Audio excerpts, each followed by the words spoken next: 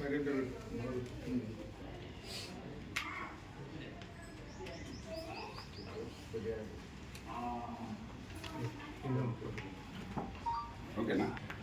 అందరికీ నమస్కారం.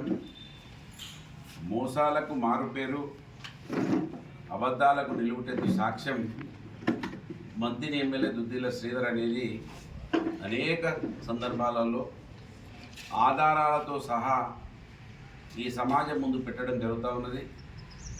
420 420 హామీలకు చైర్మన్ ఇదే చిత్రగుప్తుడు దుద్దిల్ల శ్రీధర్ గారు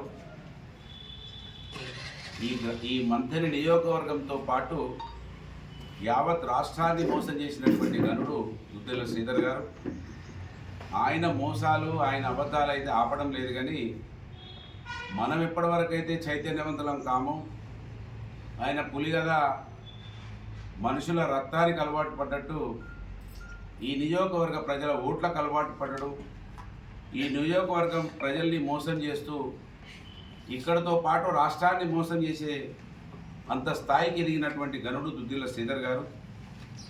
నిజంగా అక్టోబర్లో పాలాభిషేకాలు చేయించుకున్నాడు ఇదే సోకాల్డ్ ఎమ్మెల్యే దుద్దిల్ల శ్రీధర్ గారు. పాపం సంఘ భవనాలకు రోజొగలు అక్టోబర్లో పాలాభిషేకాలు చేయించుకున్నాడు దుద్దిల్ల శ్రీధర్ గారు.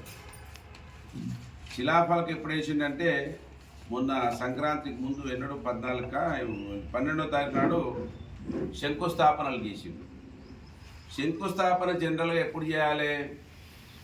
టెండర్స్ అయి పూర్తయి సైట్ హ్యాండ్ ఓవర్ అయిన తర్వాత అప్పుడు శంకుస్థాపన చేసి పని మొదలు పెడతారు. కాంట్రాక్టర్ వచ్చిన తర్వాత అది కూడా కాంట్రాక్టర్ డిసైడ్ అయినాక కూడా సైటు హ్యాండ్ ఓవర్ కాకపోతే, సైటు ఆధీనంలోకి కాంట్రాక్టర్ ఆధీనం రాకపోతే అది కూడా మళ్ళీ క్యాన్సిల్ అయ్యే ప్రమాదం ఉంటుంది. కనుక అది ఏమీ లేకుండా టెండర్స్ పిలిచి శంకుస్థాపన చేసిండు. దీంట్లో ఎన్ని మోసాలంటే ఎవరికో కుల సంఘం వాళ్ళకొకటి తహసీల్దార్ది, పూసల సంఘంకు ఒకటి తహసీల్దార్ది సంతకం లేని కాగితం ఇచ్చిండు. మరి సంతకం లేని కాగితం ఇది ఎట్లా చెల్తుందో నాకు అది అర్థం కాలేదు. ఇది ఒకటి ఇచ్చిండా, ఇది సోషల్ మీడియాలో వాళ్ళైతే పెట్టుకున్నారు పాపం. మరి నిజమా అబద్ధమా కూడా తెలియదు. ఇక పోతే ఇంకే ఇదే సోకాల్డ్ ఎమ్మెల్యే ఏది మనకు మంత్రిని దాటిన తర్వాత పోచమ్మ గుడి ఉంటుంది. పోచమ్మ గుడి అక్కడ పాపం ఎన్ని సంఘాల కంటే పూసల, కుమ్మరి, మేర, స్వర్ణకారుల మరియు నాయి బ్రాహ్మణ సంఘాలకు భవన నిర్మాణానికి శంకుస్థాపన అన్నాడు. వీళ్ళే సోకాల్డ్ వాళ్ళు నత్తిలో ఉన్నదని, బఫర్ జోన్లో ఉన్నదని, నాలాలలో ఉన్నాయని కూలగొడుతున్నారు. హైదరాబాద్లో ఊర్లలో కూడా కూలగొడుతున్నారు, చెన్నూరులో కూడా కూలగొట్టారు. మరి ఈయన వాగొట్టుకు శిలాఫలకాలు వేసి శంకుస్థాపనలు చేస్తూ ఉన్నారు. ఇలా నీతి ఏంటిది అసలు? అవునా కాదా? ఇప్పుడు అది పూర్తిగా వాగులు ఉన్నట్టే ఉన్నది ఆ భూమి. అవునా కాదా? మునిగిపోతూ ఉంటుంది. మనం చూసిన పోచమ్మ గుడి కూడా దాదాపు పోచమ్మ గుడి ఆ గేటు వరకు కూడా వచ్చింది నీళ్ళు. మొన్న మనం చూసినాం. అది ఏం బుద్ధి ఇది అంటే? ఇన్ని కులాలను మోసం చేస్తున్నాడు. పూసల, కుమ్మరి, మేర, నాయి బ్రాహ్మణులను మొత్తం మందిని ఆడ వాగుల పడేస్తా అంటాను. మరి మీరే కదా ఆయన కేసీఆర్ కావచ్చు, వాళ్ళు ఇళ్ళ కట్టిర్రు, నాలల్లో కట్టిర్రు అని మీరే చెప్తారు. మరి ఇప్పుడు మీరే ఎట్లా శంకుస్థాపన చేస్తారు అంటే దీనికి ఒక శాంటిటీ లేదు. అంతేకాకుండా కొంతమంది అయితే మేము వింటున్నాం, అదే కాంగ్రెస్ పార్టీ నాయకులు, అరే నా భూములు వేసినవని ఆడ కూచిరాజపల్లి కాడ ఆయన కాంగ్రెస్ నాయకుడు అది నా భూమేనే ఆయన లొల్లి పెడుతుండట. అది ఎవరి భూమే నిర్ధారించలేదు. అక్కడ మళ్ళీ మా కులాలన్నీ నూనె బయటనే వారేస్తాను. కాపుల కాడ కూచిరాజపల్లి వారేసారు, వీళ్ళని ఇక్కడ వారేసారు. మళ్ళీ ఇంకొక పాయింట్ ఏంటంటే చాలా చాలా భయంకరమైన పాయింట్ ఏంటంటే ఇప్పుడు వీళ్ళు కుల సంఘాల అని పేర్లను పెట్టింది. ఇది పట్టణానికి సంబంధించిన కుల సంఘమా, మండలానికి సంబంధించిన కుల సంఘ భవనమా, నియోజకవర్గ స్థాయిలో ఉన్నటువంటి కుల సంఘ భవనం అని ఎక్కడ కూడా నిర్ధారించలేదు. మళ్ళీ వీళ్ళు కొట్లాడుకోవాలి. రేపు మొన్ననే మేము విన్నాము, ఏంది మండలానికి సంబంధించిన అని ఒకడు, కాదు గ్రామానికి సంబంధించిన ఒకరు. అంటే ఎంతసేపు కులాల మధ్యలో తగులాటలు పెట్టియాలి, మంట కాగాలి, ఓట్లు వస్తేనే ఇవన్నీ గుర్తొస్తున్నాయి.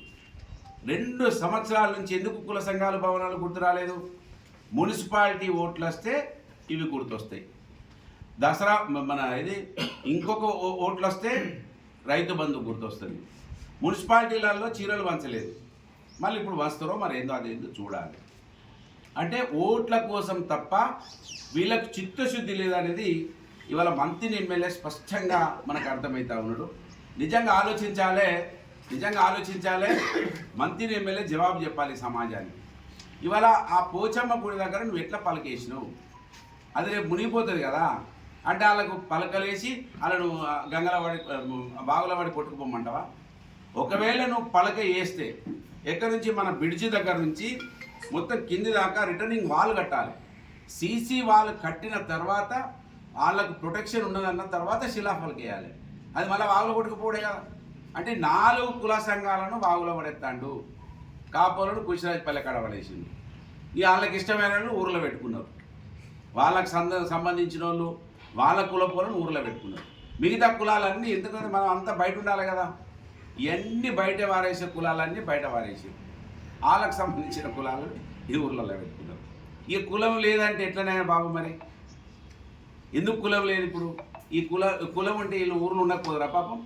ఎందుకు వీళ్ళు ఇంకా కూడా బయటనే ఉండాలి, వాగులలో పడి ఉండాలి? అవునా కాదా? కనుక దుద్దిల్ల శ్రీధర్ అంత మోసగాడు ఈ ప్రపంచంలో లేడు. కనుకనే ఆవేశం వస్తూ ఉంటుంది, ఆందోళన కలుగుతూ ఉంటుంది. ఎక్కడికి పోయిందంటే మొత్తం దేశాన్ని ముంచే కాడికి పోతుండేగా. రాష్ట్రం అయిపోయింది. 420 మోసాల హామీకి చైర్మన్ దుద్దిల్ల శ్రీధర్. రాష్ట్రం అయిపోయింది, రేపు దేశ లెవెల్లో పోతాడుగా. ఎందుకంటే ఇటువంటి చిత్రగుప్తుడు ఎక్కడ ఈ ప్రపంచంలో దొరకడు కనుక ఈయన రాత్రి అక్కడ కూడా మళ్ళీ మోసమైనటువంటి రాహుల్ గాంధీ దగ్గర కూర్చొని రాత్రి కావచ్చుగా. అప్పుడు 420, 848 కావచ్చు. కనుక ఇది ఎన్నికల కోసం ఇవన్నీ కూడా శిలాఫలకాలు వేసిండు. ఇది మంత్రిని ప్రజల మీద కుల సంఘాల మీద ప్రేమ ఉన్నటువంటి విషయం కానే కాదు. అది ఏమంటున్నాడు, నగర అభివృద్ధి సంస్థ నిధులట. ఆయనే నగర పైసలు లేవు నన్ను కోసుకుంటారా అని ముఖ్యమంత్రి అంటాడు. నగరం రాష్ట్ర బడ్జెట్లో డబ్బులు ఉన్నాయా? మరి బిల్లులు రాకనే కూడా పనిచేస్తలేడు. నేను ఇప్పుడే మా రాజుగారిని అడిగితే ఇక్కడ పనిచేసినవాడు సగం విడిచిపెట్టి వెళ్ళిపోయినట్టు. అప్పుడు రోడ్లు వేసినవాడు సగం విడిచిపెట్టి సగం ఎవరికి అప్ప చెప్తా అని ఆయన తిరుగుతుండట. అంటే ఇప్పుడు బిల్లులు రాక ఇవి ఏవి కాక వేసినవంటే వేసినవని మళ్ళీ ఎమ్మెల్యే ఎలక్షన్ దాకా గుంజాలి వీటిని. ఇవి కూడా ఊరు బయట వారేసుడు, ఎలక్షన్లు ఓట్లు వేయించుకున్నాడు, బయటపడ్డు. ఈ కుల సంఘాల భవనాలు కాదు, ఇవి ఓట్ల సంఘాల భవనాలు. ఇవి ఓట్ల కోసం వేస్తూ ఉన్నాడు. 2 సంవత్సరాలు అయింది మంత్రిని. నీ కనీసం నేను చూపిస్తాను రేపు ఎన్నికలలో చాలా విషయాలు ఈ సమాజం ముందుకు తీసుకొచ్చేది ఉంది. చాలా విషయాలు రేపు కూడా ఒక ప్రెస్ మీట్ మీ ద్వారా మళ్ళొక్క కాడికి నిలబెట్టి మాట్లాడేది ఉంది. ఎప్పటికప్పుడు ఈ సమాజం మేలుకొల్పు కోసం, ఈ సమాజంని అప్రమత్తం చేయడానికి కోసం పుట్టమది మాత్రం నిద్రపోడు, అలసత్వం వహించడు. ఖచ్చితంగా నా ప్రయత్నం, నా పాత్రను నేను పోషిస్తా.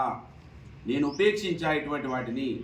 నువ్వు మమ్మల్ని ఎప్పటి వరకైతే అభివృద్ధి కోసం ఆలోచించవో నిన్ను వెంటాడతాము, వేటాడతాము, ప్రజల ముందట నిర్దోషిగా నిలబెడతాము. నీ ఈ కుట్రలు కుతంత్రాలు వెనుక నుంచి నువ్వు చేసేటువంటి కుట్రలు కుతంత్రాలకు మేము భయపడి తలొక్కుతామని ఏదైతే అనుకుంటున్నావో అది ఎట్టి పరిస్థితుల్లో సాధ్యం కాదు. నువ్వు ప్రజల కోసం పనిచేయాల్సిందే. నీ జోకర్ తమ్ముడు నువ్వు ఓట్లప్పుడు నోట్ల సంచులు పట్టుకొని ఏదైతే పనిచేస్తున్నావో అది నీ విముక్తి చేస్తాము. ఖచ్చితంగా నీ మెడలు వంచుతాము. ఇవాళ ఈ 5 కులాలకు జవాబు చెప్పాలి. రేవంత్ రెడ్డి జవాబు చెప్పాలి. రేవంత్ రెడ్డిగా మున్సిపల్ మినిస్టరు ఎట్లా ఎత్తాడు మరి వాగులు? అక్కడ ఆ ఎకరం భూమి కూడా మేమే తీసినాం. ఆ రోజు పోచమ్మ కాడ ఎవరు ఎగ్లాస్పూర్ వాళ్ళ చేతులు ఉండే, రవీందర్ రెడ్డి గారి చేతులు ఉంటే దాన్ని తీసి మేమే హ్యాండ్ ఓవర్ చేసుకున్నాము. ఇవాళ అక్కడ వాళ్ళ కుల సంఘాల భవనాలు వేస్తే వాళ్ళు రేపు బావులో మునిగిపోతారు. అది ప్రొటెక్షన్ లేదు, అక్కడ అది మునిగిపోతూ ఉన్నది. కనుక దుద్దిల్ల శ్రీధర్ గమనించండి. 420 హామీలకు చైర్మన్ అయిండు. ఈ మంత్రిని ఖతం చేసి రాష్ట్రాన్ని ఖతం చేస్తున్నటువంటి మొట్టమొదటి ముద్దాయి ఈ రాష్ట్రంలో ఎవరంటే అందరూ తెలివి లేకుండా రేవంత్ రెడ్డిని తిడతా ఉన్నారు. దుద్దిల్ల శ్రీధర్ని తిట్టాలి. ఈ దుద్దిల్ల శ్రీధరే నేనే రాసిన ఈ మేనిఫెస్టో కమిటీని మంత్రి ముత్తారంలో మొదటి మీటింగ్, మహిళల మీటింగ్ పెట్టి అక్కడ నేనే రాసిన సోనియమ్మ దగ్గరికి నేనే ఈ మేనిఫెస్టో తీసుకుపోతున్నా అని చెప్పిన దొంగ దుద్దిల్ల శ్రీధర్. సోకాళ్ళు తెలియక ఆ రేవంత్ రెడ్డికి సగం చదువు వస్తుంది, నాకు మొత్తం చదువు వచ్చినది, చదువురాని కన్నా కడియం చేసినటువంటి వ్యక్తి దుద్దిల్ల శ్రీధర్ అనేది గమనించాలని. ఇవి కుల సంఘాల వాళ్ళు మోసపోకండి, మిమ్మల్ని మొత్తం మోసం చేస్తాడు. మళ్ళా ఈ మున్సిపాలిటీ ఎలక్షన్లు అయినాక మళ్ళీ 3 సంవత్సరాలు మిమ్మల్ని దేకడు, మళ్ళీ ఎమ్మెల్యే ఎలక్షన్లు అప్పుడు ఒక రూపంలో వస్తాడు. అందుకే మొదటి సంవత్సరం గెలిచినప్పుడే చెప్పిన ఇది 1000 తలకాయల పాము అని చెప్పిన. అర్థం కాలేదు చాలామందికి, ఇప్పటికి కూడా చెప్తున్నా ఇది 1000 తలకాయల పాము. ఒకసారి ఓడిపోయినంత మాత్రాన మనం అంత సంతోషపడద్దని చెప్పినా ఇప్పటికి కూడా నేను అదే మాట మీద నిలబడ్డా. ఇది ఒక తలకాయ పాము కాదు, 1000 తలకాయల నాగసర్పం. ఇది విషం మొత్తం ఒంటి నిండా ఉంటుంది. పాముకైతే తలకాయలో ఉంటుంది కానీ ఈ వ్యక్తికి మొత్తం ఒంటి నిండా ఉంటుంది, కుటుంబానికి ఒంటి నిండా ఉంటుంది. ఈ విషయాన్ని గమనించాలని కోరుతూ అప్రమత్తం చేస్తూ ఉంటాం ఈ సమాజాన్ని. ఇవాళ మంత్రిలో ఉన్నటువంటి మేధావుల గురించి కూడా ఒక లెటర్ రాస్తూ ఉన్నా. మేధావులను కూడా మేల్కొల్పుతా.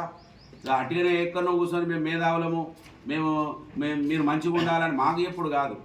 ఈ మంత్రిని సర్వనాశనం చేస్తుండే వాళ్ళ ఎమ్మెల్యే. ఈ మంత్రిని ఏ విధంగా సర్వనాశనం చేస్తుండో రేపు మున్సిపల్ ఎలక్షన్లో సమాజం ముందర పెడతాం. ఖచ్చితంగా ఈ మట్టిలో పుట్టిన బిడ్డగా, ఈ మట్టి దుమ్ములో పెరిగిన బిడ్డగా ఖచ్చితంగా ఈ మట్టి కోసమే జీవిస్తామనే విషయాన్ని మరొకసారి గుర్తు చేస్తూ మీ అందరికీ కూడా నమస్కారం. జై తెలంగాణ.